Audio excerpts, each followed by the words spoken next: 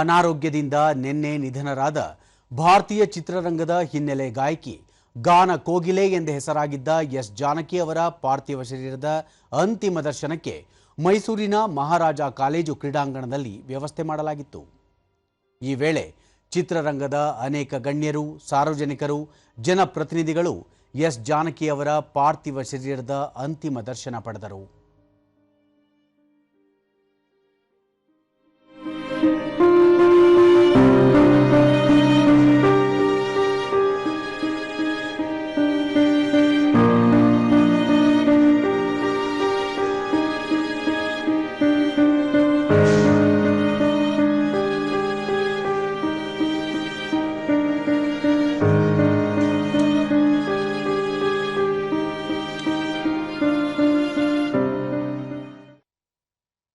ಸಂಗೀತ ನಿರ್ದೇಶಕ ಡಾಕ್ಟರ್ ಹಂಸಲೇಖ ಕಳೆದ ಹಲವು ವರ್ಷಗಳಿಂದ ಮೈಸೂರಿನಲ್ಲಿ ನೆಲೆಸಿದ್ದ ಎಸ್ ಜಾನಕಿ ಅವರು ಪರಿಪೂರ್ಣ ಗಾಯನ, ಸಂಪೂರ್ಣ ಜೀವನ ಎನ್ನುವ ವ್ಯಕ್ತಿತ್ವ ಹೊಂದಿದ್ದರು. ಎಸ್ ಜಾನಕಿ ಅವರು ಕನ್ನಡ ನಾಡಿನಲ್ಲಿ ತಮ್ಮ ಕೊನೆಯ ದಿನಗಳನ್ನು ಕಳೆದಿದ್ದಾರೆ. ಅದೇ ರೀತಿ ಮತ್ತೊಬ್ಬ ಮೇರುಗಾಯಕ ಡಾಕ್ಟರ್ ಎಸ್.ಪಿ. ಬಾಲಸುಬ್ರಹ್ಮಣ್ಯಂ ಮುಂದಿನ ಜನ್ಮದಲ್ಲಿ ಕರುನಾಡಿನಲ್ಲಿ ಹುಟ್ಟುವುದಾಗಿ ಹೇಳಿದ್ದರು. ಈ ಇಬ್ಬರು ಭಾರತ ಕಂಡ ಅತ್ಯುತ್ತಮ ಶ್ರೇಷ್ಠ ಗಾಯಕರು. ಜಾನಕಿ ಅವರ ಶಿಷ್ಯನ ಜಮೀನಿನಲ್ಲಿ ಅವರ ಅಂತ್ಯ ಸಂಸ್ಕಾರ ನಡೆಸಲಾಗುತ್ತಿದೆ. ಆ ಸ್ಥಳವನ್ನು ಧ್ಯಾನ ಮಂದಿರ ಮಾಡಲು ಸಂಗೀತಗಾರರ ಸಂಘ ನಿರ್ಧರಿಸಿದೆ. ಇದಕ್ಕೆ ಜಮೀನಿನ ಮಾಲೀಕರು, ಸಾರ್ವಜನಿಕರು ಹಾಗೂ ಸರ್ಕಾರದ ಸಹಕಾರ ಅಗತ್ಯ ಎಂದು ಹೇಳಿದರು. ಪರವಾಗಿ ಒಂದು ನಿರ್ಧಾರ ತೆಗೆದುಕೊಂಡು ಹೇಳ್ತಾ ಇದ್ದೀನಿ. ಆ ಶಿಷ್ಯ ಒಪ್ಪಿದರೆ, ಒಪ್ಪಿದರೆ ನಾವು ಅಲ್ಲಿ ಜಾನಕಮ್ಮನವರ ಬೃಹತ್ ಧ್ಯಾನ ಮಂಟಪದ ಒಂದು ಮೆಮೋರಿಯಲ್ ಅನ್ನು ನಿರ್ಮಿಸ್ತೇವೆ.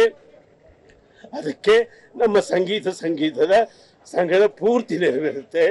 ಸಾರ್ವಜನಿಕರು, ಅವರ ಅಭಿಮಾನಿಗಳು, ಸರ್ಕಾರ ಇದರ ಜೊತೆಯಲ್ಲಿ ಕೈಗೂಡಿಸ್ಬೇಕು ಅಂತ ನಾನು ವಿನಂತಿ ಮಾಡ್ಕೊತಾ ಇದ್ದೀನಿ.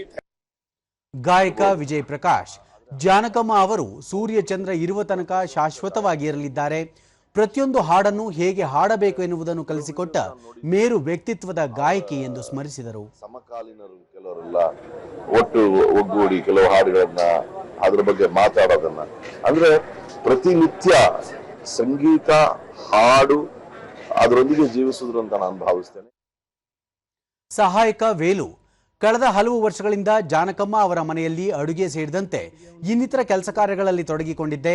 ಅವರದ್ದು ಸರಳ ವ್ಯಕ್ತಿತ್ವ ಮತ್ತು ಜೀವನ ಎಂದರು. ಯಾರು ಸಿಗಲ್ಲ ಸರ್, ಅವ್ರಿವಾಗ ತೀರೋಗಿದ್ದಾರೆ ಅಂದ್ರೆ ಅರ್ಗಿಸ್ಕೊಳಕ್ ಆಗದಿರೋ ವಿಷಯ. ಆದ್ರೆ ಅವ್ರು ಆಡಿರೋ ಒಂದೊಂದು ಹಾಡು, ಒಂದೊಂದು ನಕ್ಷತ್ರ, ಅವ್ರು ಹೇಳ್ದಂಗೆ ಸೂರ್ಯ ಚಂದ್ರ ಇರೋವರೆಗೂ ಅವ್ರ ನೆನಪು ಇದ್ದೇ ಇರುತ್ತೆ.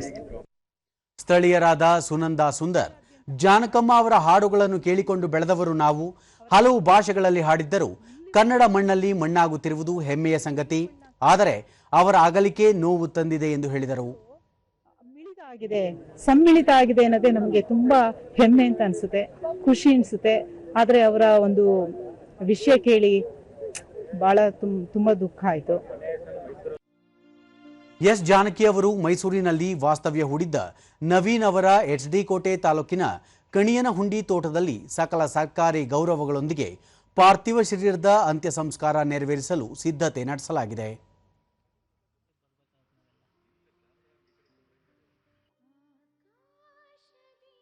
ಇದಕ್ಕೂ ಮುನ್ನ ಬೆಳಗ್ಗೆ ಬೋಗಾದಿಯಲ್ಲಿರುವ ನವೀನ್ ಅವರ ನಿವಾಸದಲ್ಲಿ ಪಾರ್ಥಿವ ಶರೀರವನ್ನಿರಿಸಿ ಅಂತಿಮ ಧಾರ್ಮಿಕ ವಿಧಿವಿಧಾನಗಳನ್ನು ನೆರವೇರಿಸಲಾಯಿತು.